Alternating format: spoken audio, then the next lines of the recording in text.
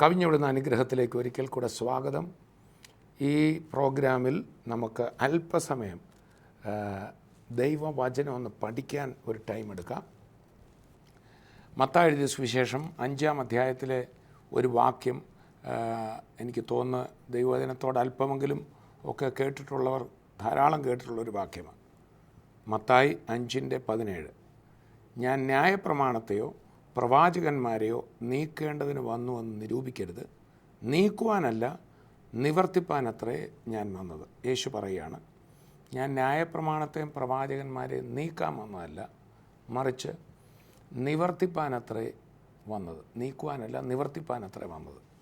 ഈ വാക്യം പലപ്പോഴും ഇങ്ങനെ ഒരു കൺഫ്യൂഷൻ പലരിലും ഉണ്ടാക്കിയിട്ടുണ്ട്, അല്ലെങ്കിൽ പറയുന്നത് കേട്ടിട്ടുണ്ട്.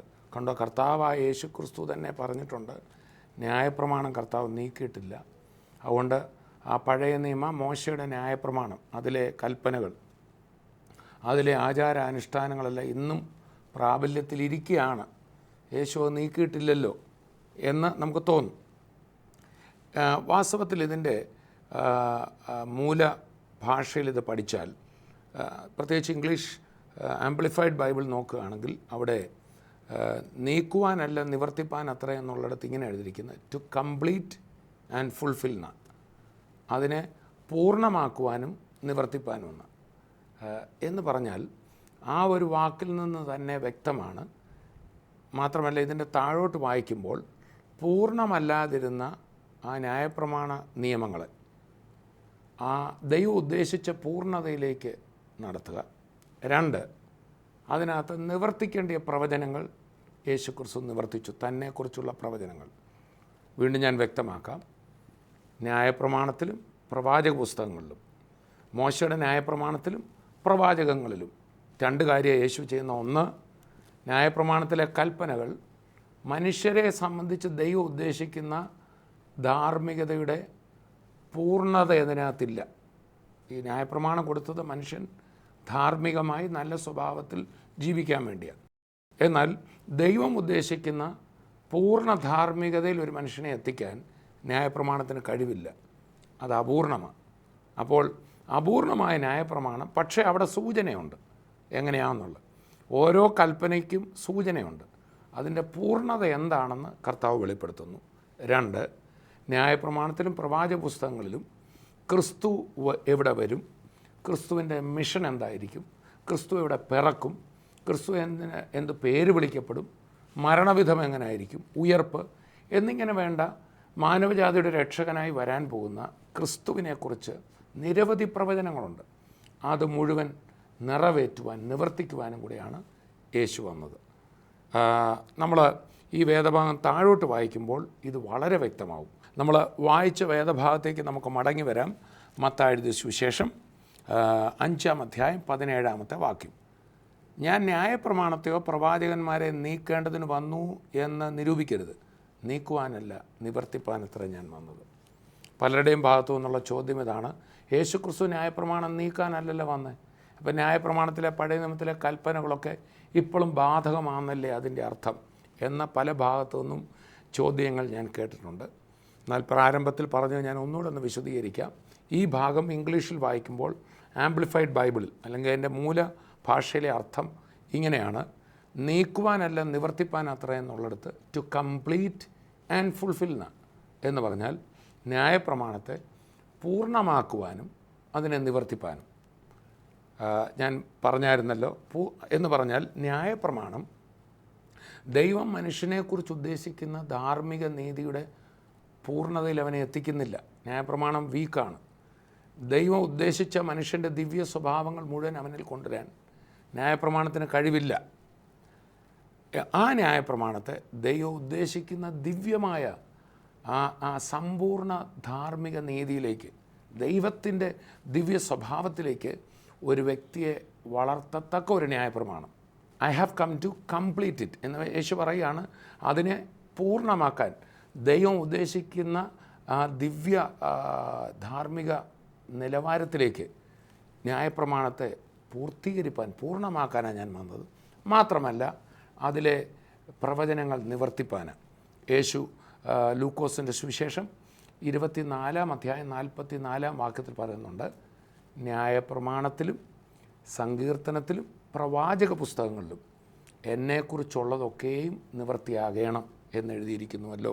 അപ്പോൾ കർത്താവായ യേശു ക്രിസ്തുവിനെക്കുറിച്ച് നിരവധി പ്രവചനങ്ങൾ ന്യായപ്രമാണത്തിൽ മോശയുടെ 5 ഗ്രന്ഥങ്ങളിലുണ്ട്, കൂടാതെ സങ്കീർത്തനങ്ങളിലുണ്ട്. എൻ്റെ ദൈവമേ നീ എന്നെ കൈവിട്ടത് എന്ത്? സങ്കീർത്തനക്കാരൻ പറയുന്ന അത് ക്രിസ്തു ക്രൂശിൽ നിലവിളിച്ച അതേ നിലവിളിയാണ്. അപ്പോൾ അത് നിവർത്തിക്കപ്പെടുകയായിരുന്നു.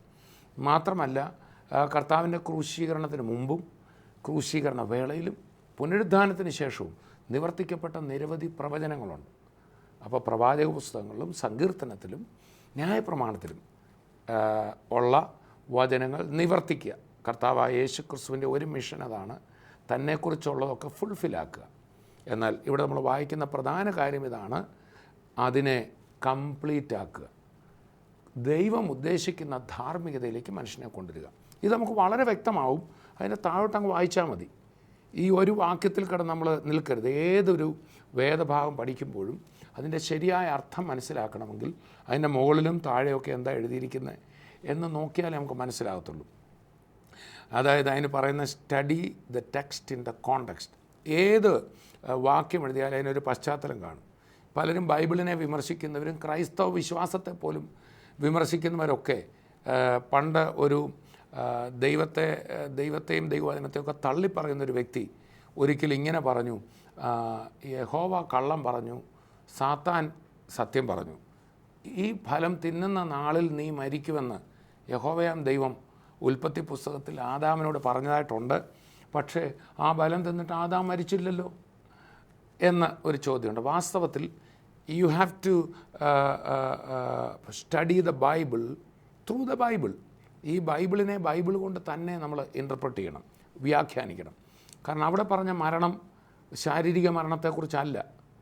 അതുകൊണ്ടാണ് തിരുവചനത്തിൽ പല സ്ഥാനത്തും എഴുതിയിട്ടുണ്ട്, ഈ ഫലം തിന്നുന്ന ആളിൽ മരിക്കുമെന്ന് പറഞ്ഞ പോലെ തന്നെ ആ മുടിയനായ പുത്രൻ മടങ്ങി വരുമ്പോൾ ഈ എൻ്റെ മകൻ മരിച്ചവനായിരുന്നു, ഇതാ വീണ്ടും ജീവിക്കുന്നു. അവൻ ശരീരത്തിൽ മരിച്ചില്ലല്ലോ. എഫേസ്യ സഭയ്ക്ക് എഴുതുമ്പോൾ എഫേസ്യ ലേഖനം 2:1 പറയുകയാണ്, അകൃത്യങ്ങളിലും പാപങ്ങളിലും മരിച്ചവരായിരുന്ന നിങ്ങളെ കർത്താവ് തൻ്റെ കൂടെ ഉയർപ്പിച്ചു. ആ ഉയർപ്പ് ഉള്ളിലാണ് നടന്നേക്കുന്നത്. ഒരു വിശ്വാസി മരിച്ചവനായിരുന്നു, ജീവിച്ചിരിക്കുന്നു. അതുപോലെ തന്നെ വെളിപ്പാട് പുസ്തകത്തിൽ ഒരു സഭയോട് പറയുമ്പോൾ, ജീവനുള്ളവനെന്ന് നിനക്ക് പേരുണ്ടെങ്കിലും നീ ചത്തവനാകുന്നു, ജീവിച്ചിരിക്കയിൽ തന്നെ ചത്തിരിക്കുന്നു.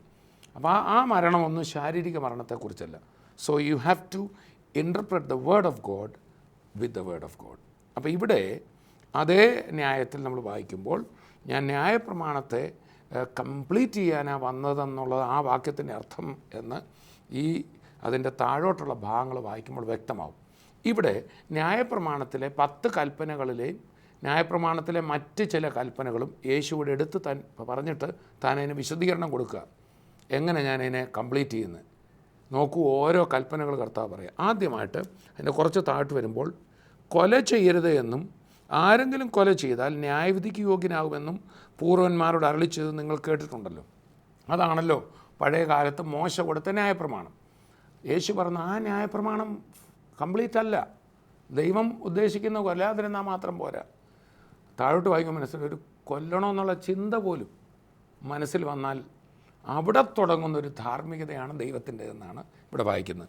കൊല ചെയ്താൽ ന്യായവിധിക്ക് യോഗ്യനാകും എന്ന പൂർവന്മാരോട് അരുളിച്ചത് നിങ്ങൾ കേട്ടിട്ടുണ്ടല്ലോ, ഞാനോ നിങ്ങളോട് പറയുന്നത്. അപ്പോൾ യേശു ക്രിസ്തുവിന് മോശ പറഞ്ഞതല്ല പറയാനുള്ളത്, ഞാനോ നിങ്ങളോട് പറയുന്നതെന്ന് പറയുമ്പോൾ മോശയുടെ അഭിപ്രായമല്ല എൻ്റെ, അല്ലെങ്കിൽ മോശ ഒരു സൂചനയെ നൽകിയിട്ടുള്ളൂ.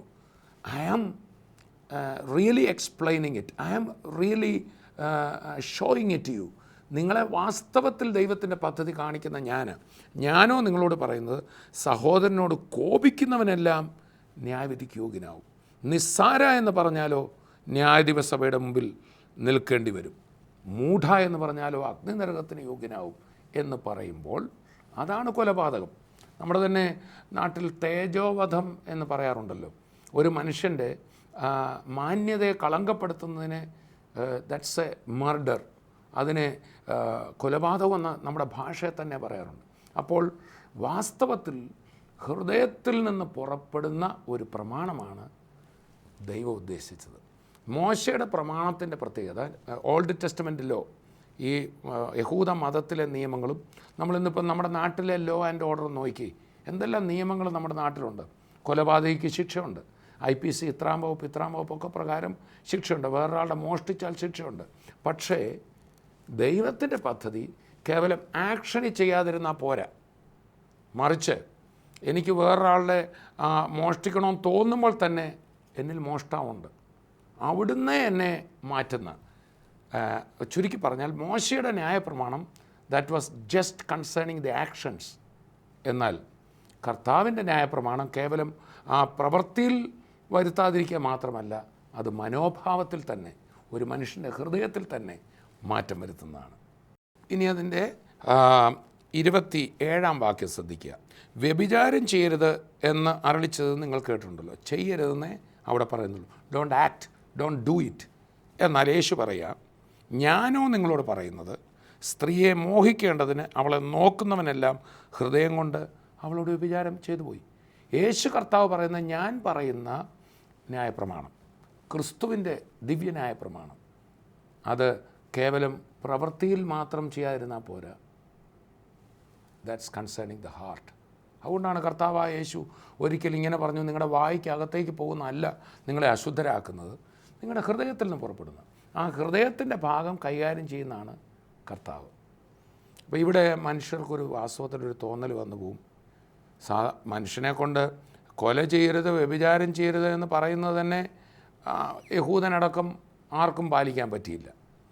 വ്യഭിചാര കുറ്റത്തിൽ പിടിക്കപ്പെട്ട ഒരു സ്ത്രീയെ കർത്താവിന് മുമ്പിൽ കൊണ്ടുവന്നായിട്ട് വായിക്കുന്നു, കള്ളന്മാരും കൊള്ളക്കാരും എല്ലാം. അപ്പോൾ അത്രയും നിയമം ഉണ്ടായിട്ട് അത് പറ്റാത്തടത്ത് ഹൃദയത്തിൽ പോലും വരരുതെന്ന് പറഞ്ഞാൽ അതെങ്ങനെ നടക്കും? വലിയൊരു ചോദ്യമല്ലേ. വാസ്തവത്തിൽ യേശു വന്നത് മനുഷ്യനെ സഹായിക്കാനാണെന്ന് പറഞ്ഞിട്ട് ഇപ്പോൾ ആണ്ട് ഒന്നുകൂടെ നിയമം കഠിനമാക്കിയോ? ഇപ്പം നോക്കാനും കൂടെ മേല. സ്ത്രീയെ മോഹത്തോടെ നോക്കുമ്പം പാപമായി, ഹൃദയത്തിൽ വേണ്ടാത്തത് ചിന്തിച്ചപ്പം പാപമായി. മോശയുടെ ന്യായപ്രമാണം തന്നെ അനുസരിക്കാൻ മേലാത്തവർക്ക് ഇത്രയും വലിയൊരു പ്രമാണം എടുത്ത് തലയെ വെച്ചു കൊടുത്തുന്നു. ആ ചോദ്യചിഹ്നത്തിൻ്റെ മറുപടി ആയിരിക്കും ഞാൻ ഈ ക്ലാസ്സിൻ്റെ ഒടുവിൽ പറയുന്നത്. യേശു ഒരു പ്രമാണം കൊടുക്കുക മാത്രമല്ല, ആ പ്രമാണം അനുഷ്ഠിക്കാൻ ഹൃദയങ്ങളെ മാറ്റി അതിനുള്ള ശക്തിയായ പരിശുദ്ധാത്മാവിനെ കൂടെ കൊടുത്ത് ഇതൊന്നും കിടന്ന് പ്രവർത്തിക്കാൻ വേണ്ടി യത്നിക്കുകയല്ല, മറിച്ച് അതിനെ യേശു ക്രൂശിൽ മരിച്ച് അടക്കപ്പെട്ട് ഉയർത്തത്. അല്ലെങ്കിൽ ഇങ്ങനെ കുറേ പ്രമാണം തന്നേച്ച് പോയാൽ മതിയായിരുന്നു. യേശു മരിച്ച് അടക്കപ്പെട്ട് ഉയർത്തപ്പോൾ യേശു പറഞ്ഞു, ഞാൻ പോകുന്നത് നിങ്ങൾക്ക് പ്രയോജനം. ഞാൻ പോകാഞ്ഞാൽ പരിശുദ്ധാത്മാവെന്ന കാര്യസ്ഥൻ, ഹെൽപ്പർ വരത്തില്ല. നിങ്ങൾക്ക് സ്വയമായിട്ടിത് ചെയ്യാനൊക്കത്തില്ല. ഞാൻ പോയി പിതാവിനോട് പരിശുദ്ധാത്മാവെന്ന ഹെൽപ്പറിനെ, സഹായകനെ മേടിക്കും. അവൻ വന്ന് നിങ്ങളെ സകല സത്യത്തിലും വഴി നടത്തും. മോശ പറഞ്ഞ് നിങ്ങൾ നടക്കുന്ന. അതുകൊണ്ടാണല്ലോ യോഹന്നാൻ സ്നാപകനും വന്നിട്ട്, നിങ്ങൾ മാനസാന്തരത്തിന് യോഗ്യമായ ഫലം നിങ്ങൾ കായ്ക്ക്, യു ഡു ഇറ്റ് എന്നാണ് പറഞ്ഞത്. എന്നാൽ യേശു പറഞ്ഞത്, നിങ്ങൾക്ക് ചെയ്യാനൊക്കത്തില്ല, നിങ്ങൾക്ക് നന്നാകാനൊക്കത്തില്ല, നിങ്ങൾ എത്ര നോക്കിയാലും സ്വഭാവം മാറ്റാനൊക്കത്തില്ല.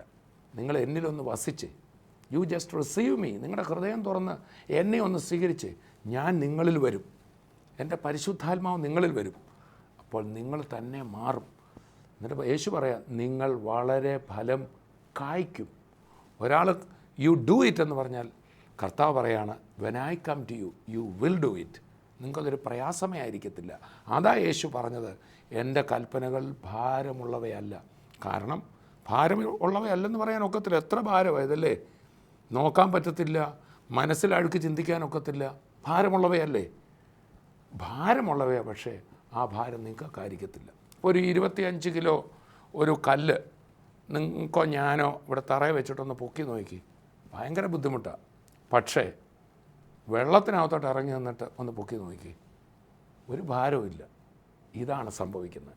പരിശുദ്ധാത്മാവെന്ന വെള്ളത്തിൽ നിങ്ങളാവും. പരിശുദ്ധാത്മാവ് നിങ്ങളെ അങ്ങ് ചുറ്റും. ദൈവം നിങ്ങളിൽ കൂടെ പ്രവർത്തിക്കും. നിങ്ങൾ പോലും അറിയാതെ നിങ്ങളങ്ങനെ ആവും. ഞാൻ കണ്ടിട്ടുള്ളൊരു വലിയ കാര്യം, ഒരാൾ കൺവെൻഷൻ വരുമ്പോൾ, വചനം കേൾക്കാൻ വരുമ്പോൾ ഈ ബൈബിളെല്ലാം പഠിച്ച് നന്നാകുമൊന്നും വേണ്ട, അറിയാതെ തന്നെ അവർക്ക് രൂപാന്തരം വരും.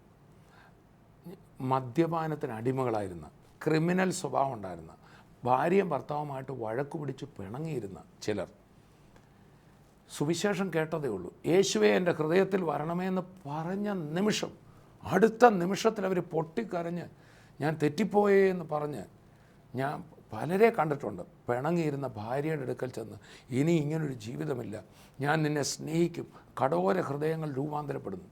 എൻ്റെ വ്യക്തിപരമായ അനുഭവം ഞാൻ പറയാം.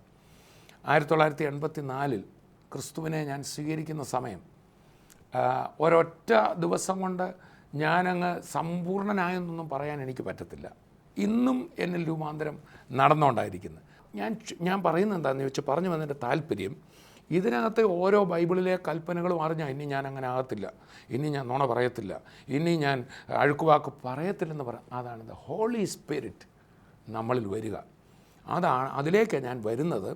വാസ്തവത്തിൽ കർത്താവ് തൻ്റെ ന്യായപ്രമാണത്തിൻ്റെ ഈ മത്തായി സുവിശേഷം ഈ അധ്യായത്തിൽ 5-ാം അധ്യായത്തിൽ ദൈവത്തിൻ്റെ ന്യായപ്രമാണത്തിൻ്റെ സ്റ്റാൻഡേർഡ് പറഞ്ഞെങ്കിലും ആ സ്റ്റാൻഡേർഡിൽ ആർക്കും എത്താനൊക്കത്തില്ല.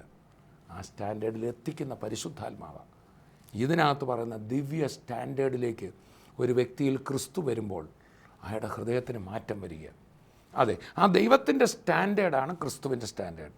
ആ ധാർമ്മികത, ദൈവത്തിൻ്റെ സ്റ്റാൻഡേർഡിലുള്ള മൊറാലിറ്റി, ആ ന്യായപ്രമാണം, ദൈവിക ന്യായപ്രമാണം, തികഞ്ഞ ന്യായപ്രമാണം, യാക്കോബ് പറയുമ്പോൾ രാജകീയ ന്യായപ്രമാണം, ദ റോയൽ ലോ, അത് ഹൃദയത്തെ രൂപാന്തരപ്പെടുത്തുന്ന. അതാണ് കർത്താവ് ഇവിടെ പറയുന്നത്. ഞാൻ ന്യായപ്രമാണത്തെ നീക്കാനല്ല വന്നത്, ന്യായപ്രമാണത്തെ ദൈവത്തിൻ്റെ സ്റ്റാൻഡേർഡിലേക്ക് കംപ്ലീറ്റ് ചെയ്യാനാണ് വന്നത്. തുടർന്ന് നമുക്ക് വായിക്കാം. കള്ളസത്യം ചെയ്യരുത് എന്നും സത്യം ചെയ്ത് കർത്താവിന് നിവർത്തിക്കണമെന്നും പൂർവ്വന്മാരോട് അരുളിച്ച് കേട്ടിട്ടുണ്ടല്ലോ. ന്യായപ്രമാണം. ഞാനോ നിങ്ങളോട് പറയുന്ന അശേഷം സത്യം ചെയ്യരുത്. താഴോട്ട് പറയാം, നിങ്ങൾ ഞാൻ ദൈവത്തിനാണ്, ഞാനത് ചെയ്തിട്ടില്ല, അങ്ങനെ പറയണ്ട. നിങ്ങൾ അങ്ങനത്തെ സത്യം ചെയ്യണ്ട, ആണയിടണ്ട. നിങ്ങളുടെ വാക്ക് ഉവ്വ എന്നും ഇല്ല എന്നും മതി. നിങ്ങൾ ഞാൻ ശരിയായിട്ട് സത്യമാണ് പറയുമ്പോൾ അതെന്നാ സത്യമാണ്? ആ സത്യത്തിന് എന്തോ പ്രശ്നമുള്ളതുകൊണ്ടല്ലോ ശരിയായ സത്യം എന്ന് പറയുന്നത്. അപ്പം ദൈവത്തിൻ്റെ സ്റ്റാൻഡേർഡാണ് ഇവിടെ പറയുന്നത്. ദൈവത്തിൻ്റെ ധാർമ്മികതയിൽ ദൈവം ഉവ്വ എന്ന് പറഞ്ഞാൽ ഉവ്വ, അത് നിങ്ങളുടെ വാക്ക് അങ്ങനെ ആയിരിക്കട്ടെ. താഴോട്ട് വായിക്കുമ്പോൾ ഇനിയും ന്യായപ്രമാണത്തിലെ വേറൊന്നാണ്, കണ്ണിന് പകരം കണ്ണ് എന്നും പല്ലിന് പകരം പല്ല് എന്നും അരുളിച്ചത് നിങ്ങൾ കേട്ടിട്ടുണ്ടല്ലോ. ഞാനോ നിങ്ങളോട് പറയുന്നത്, ദുഷ്ടനോട് എതിർക്കരുത്, നിന്നെ വലത്തെ ചുവട്ട് തടിക്കുന്നവന് മറ്റേതും തിരിച്ച് കാണിച്ചു കൊടുക്കുക.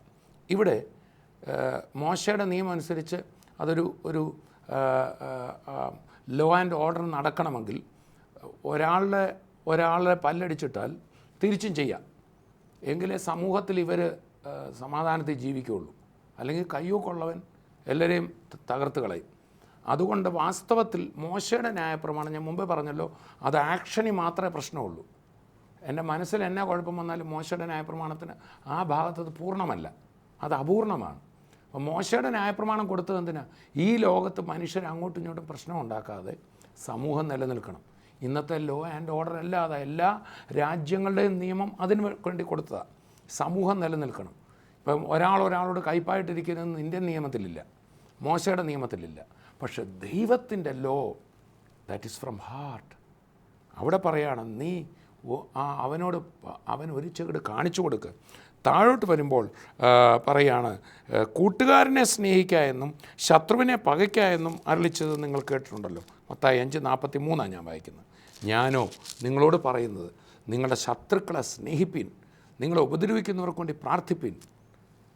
എന്നിട്ട് അടുത്ത വാക്യം പറയുമ്പോൾ ഇത് ഒന്നുകൂടെ വ്യക്തമാകും, സ്വർഗസ്ഥനായ നിങ്ങളുടെ പിതാവിന് പുത്രന്മാരായി തീരേണ്ടതിന് തന്നെ.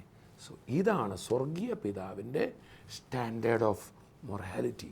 സ്വർഗീയ പിതാവിൻ്റെ ധാർമ്മിക അവസ്ഥ ഇതാണ്. നോക്കൂ, ഈ അധ്യായം മുഴുവൻ വായിച്ചപ്പോൾ കാര്യം വ്യക്തമായില്ലേ? അപ്പോൾ ചുരുക്കി പറഞ്ഞാൽ, മോശയുടെ ന്യായപ്രമാണം മനുഷ്യൻ്റെ ധാർമ്മികതയാണെങ്കിൽ യേശുവിൻ്റെ ന്യായപ്രമാണം ദൈവത്തിൻ്റെ ധാർമ്മികതയുടെ ഭാവമാണ് വെളിപ്പെടുത്തുന്നത്. താഴോട്ട് വായിക്കുകയാണ്, അവൻ ദുഷ്ടന്മാരുടെ മേലും നല്ലവരുടെ മേലും തൻ്റെ സൂര്യനെ ഉദിപ്പിക്കുകയും നീതിമാന്മാരുടെ മേലും നീതികെട്ടവരുടെ മേലും മഴ പെയ്യുകയും ചെയ്യുന്നല്ലോ. ദൈവം നോക്കി, ദൈവത്തെ എതിർക്കുന്നവരുടെ മേലും സൂര്യൻ ഉദിപ്പിക്കുന്നുണ്ട്, ദൈവത്തെ നിഷേധിക്കുന്നവരുടെ പറമ്പിലും മഴ പെയ്യുന്നുണ്ട്. ദൈവം കരുണയുള്ളവനല്ലേ? അതാണ് ദൈവത്തിൻ്റെ മൊറാലിറ്റി. ആ നിലയിലേക്ക് മാനവജാതിയുടെ ചിന്താഗതികളെ മാറ്റാനാണ് യേശു വന്നത്. കേവലം ചിന്താഗതി മാറ്റുകയല്ല, അവരിൽ അങ്ങനെ ആക്കി തീർക്കാൻ. താഴോട്ട് വായിക്കുന്നു, ആകയാൽ നിങ്ങളുടെ സ്വർഗീയ പിതാവ് സൽഗുണപൂർണ്ണനായിരിക്കുന്ന പോലെ. ഈ 5-ാം അധ്യായത്തിന് ഞാൻ ന്യായപ്രമാണത്തെ നീക്കാനല്ല നിവർത്തിപ്പാൻ എത്ര വന്നതെന്ന് തുടങ്ങുന്ന ടോപ്പിക്ക് യേശു ഇവിടെ അവസാനിപ്പിക്കുന്നത്. ആകയാൽ നിങ്ങളുടെ സ്വർഗീയ പിതാവ് സൽഗുണപൂർണ്ണനായിരിക്കുന്ന പോലെ നിങ്ങളും സൽഗുണപൂർണ്ണരാകുവീൻ. ഇതേ അധ്യായത്തിൽ ഈ ഭാഗം തുടങ്ങും വേറെടുത്ത് അതിൻ്റെ 20-ാം വാക്യത്തിൽ പറയാണ്, നിങ്ങളുടെ നീതി ശാസ്ത്രിമാരുടെയും പരീശന്മാരുടെയും നീതിയെ കവിയട്ടെ. അവർ ശാസ്ത്രിമാരുടെയും പരീശന്മാരുടെയും നീതി ന്യായപ്രമാണത്തിലെ നീതിയാണ്. മോശ പറഞ്ഞ പോലെ അവർ കല്ലെറിഞ്ഞ് കൊല്ലും, അവരാരോടും കരുണ കാണിക്കില്ല. അവർ വേണേ ചതകുപ്പ ജീരകം ഇതിലെല്ലാം അവർ ദശാംശം കൊടുക്കും. നിയമം കർക്കശമാണ്. മതപരമായ ചടങ്ങുകളൊന്നും ഇടം വലം വിടത്തില്ല. പക്ഷേ ഒരുത്തരോടും കരുണ പോലും കാണിക്കത്തുമില്ല. എന്നാലേ ഇവിടെ കർത്താവ് പറയുന്ന നീതി ദൈവത്തിൻ്റെ നീതിയാണ്. ഇവിടെ കർത്താവ് പറയുന്ന മൊറാലിറ്റി ദൈവത്തിൻ്റെ മൊറാലിറ്റിയാണ്. ദൈവം കരുണയുള്ളവനാകുന്ന പോലെ നിങ്ങളും കരുണയുള്ളവരാകുവീൻ. വീണ്ടും ഞാൻ പഴയതിലേക്ക് മടങ്ങി വരട്ടെ. ആകുവീൻ എന്ന് പറഞ്ഞ് കർത്താവ് അവസാനിപ്പിച്ചില്ല. കർത്താവ് പറഞ്ഞു, ഇത് നിങ്ങളെക്കൊണ്ട് ചെയ്യാനൊക്കത്തില്ല. 15-ാം അധ്യായം യോഹന്നാൻ 15. നിങ്ങൾക്ക് ആർക്കും അങ്ങനെ ആകാനൊക്കത്തില്ല. ഞാൻ നിങ്ങളെ അങ്ങനെ ആക്കാൻ സഹായിക്കും. ഒരു സഹായകനായ പരിശുദ്ധാത്മാവിനെ ഞാൻ നിങ്ങൾക്ക് തരും. ഞാൻ മരിച്ചടക്കപ്പെട്ട് ഉയർക്കപ്പെട്ട ശേഷം പരിശുദ്ധാത്മാവ് നിങ്ങളുടെ മേൽ വരുമ്പോൾ അവൻ നിങ്ങളെ സകല സത്യത്തിലും വഴി നടത്തും. നിങ്ങൾ നടക്കുകയല്ല, വഴി നടത്തും. അതുകൊണ്ടാണ് എബ്രായ ലേഖനം 8-ാം അധ്യായത്തിൽ പറയുന്നത്, ഞാൻ അവരോട് ചെയ്യുവാനിരിക്കുന്ന നിയമമോ എൻ്റെ ന്യായപ്രമാണം ഞാൻ അവരുടെ ഉള്ളങ്ങളിലാക്കും. പുസ്തകത്തിൽ തരുമെന്നല്ല, ഉള്ളിലാക്കും. അഥവാ പരിശുദ്ധാത്മാവിനെ നമുക്ക് തരും. എന്നെ കേൾക്കുന്ന സഹോദരങ്ങളെ, പരിശുദ്ധാത്മ സഹായത്താൽ നമുക്കങ്ങനെ ആകാൻ പറ്റും. അതാണ് പൗലോസ് ശ്ലീഹ പറയുന്നത്, എന്നെ ശക്തനാക്കുന്നവൻ മുഖാന്തരം എനിക്ക് സകലവും ചെയ്യുവാൻ കഴിയും. അതാണ് പൗലോസ് ശ്ലീഹ പറയുന്നത്, ഞാൻ മരിച്ചു, ഇനി ജീവിക്കുന്ന ഞാനല്ല, ക്രിസ്തു അത്ര എന്നിൽ ജീവിക്കുന്നു. അങ്ങനെ ഒന്നാകാൻ ആഗ്രഹമുണ്ടോ? മാറണമെന്ന് ആഗ്രഹമുണ്ടോ? പുതിയൊരു വ്യക്തിയാകണമെന്ന് ആഗ്രഹമുണ്ടോ? സ്വയമായിട്ടൊക്കത്തില്ല. ഒറ്റ കാര്യം ചെയ്താൽ മതി, യേശുവേ എൻ്റെ ഉള്ളിൽ വരണമേ, പരിശുദ്ധാത്മാവേ എന്നെ രൂപാന്തരപ്പെടുത്തണമേ. ഇപ്പോൾ തന്നെ നിങ്ങൾ അത്ഭുതകരമായി മാറ്റപ്പെടും. നമുക്ക് പ്രാർത്ഥിക്കാം. പിതാവേ, ഞങ്ങളങ്ങയെ സ്തുതിക്കുന്നു. ഞങ്ങളെ കേൾപ്പിച്ച വചനത്തിനായി സ്തോത്രം. ന്യായപ്രമാണത്തെ നീക്കാനല്ല കർത്താവെ, അതിൻ്റെ ദൈവിക ധാർമ്മികതയിലേക്ക് നീ എന്നെ കംപ്ലീറ്റ് ചെയ്യുക മാത്രമല്ല, പരിശുദ്ധാത്മാവിനാൽ ആ ദിവ്യ സ്വഭാവം ഞങ്ങളുടെ ഉള്ളങ്ങളിലൂടെ പകരുന്ന കർത്താവ്, ഇത് കേട്ടുകൊണ്ടിരിക്കുന്ന ഓരോ വ്യക്തികളെയും തൊടണം. കർത്താവെ, ഹൃദയത്തിന് എനിക്കൊരു മാറ്റം വേണം, എൻ്റെ സ്വഭാവം മാറണം എന്നാഗ്രഹിക്കുന്ന ഓരോരുത്തരെയും യേശു തൊട്ടതിനായി സ്തോത്രം, വിടുവിക്കുന്നതിനായി നന്ദി. അപ്പോൾ തന്നെ രോഗികൾക്ക് വേണ്ടി ഞാൻ പ്രാർത്ഥിക്കുന്ന കർത്താവ്, അങ്ങയുടെ അത്ഭുതകരം ഈ നിമിഷം നീണ്ടതിനായി സ്തോത്രം. രോഗബന്ധനങ്ങൾ അഴിയട്ടെ, ഭാരങ്ങൾ മാറട്ടെ, അത്ഭുത വിടുതലുകൾ സംഭവിക്കട്ടെ. പ്രാർത്ഥന കേട്ടതിനായി നന്ദി. യേശുവിൻ നാമത്തിൽ തന്നെ ആമേൻ, ആമേൻ, ആമേൻ. കർത്താവ് നിങ്ങളെ അനുഗ്രഹിക്കട്ടെ. അടുത്ത എപ്പിസോഡിൽ വീണ്ടും അനുഗ്രഹിക്കപ്പെട്ട ഒരു പ്രോഗ്രാം നമുക്കായി കാത്തിരിക്കുന്നു. അതിൽ കാണുമ്പോഴേയും കർത്താവിൻ്റെ കൃപയിൽ നമ്മെ സൂക്ഷിക്കട്ടെ. I bless you in Jesus name. Amen.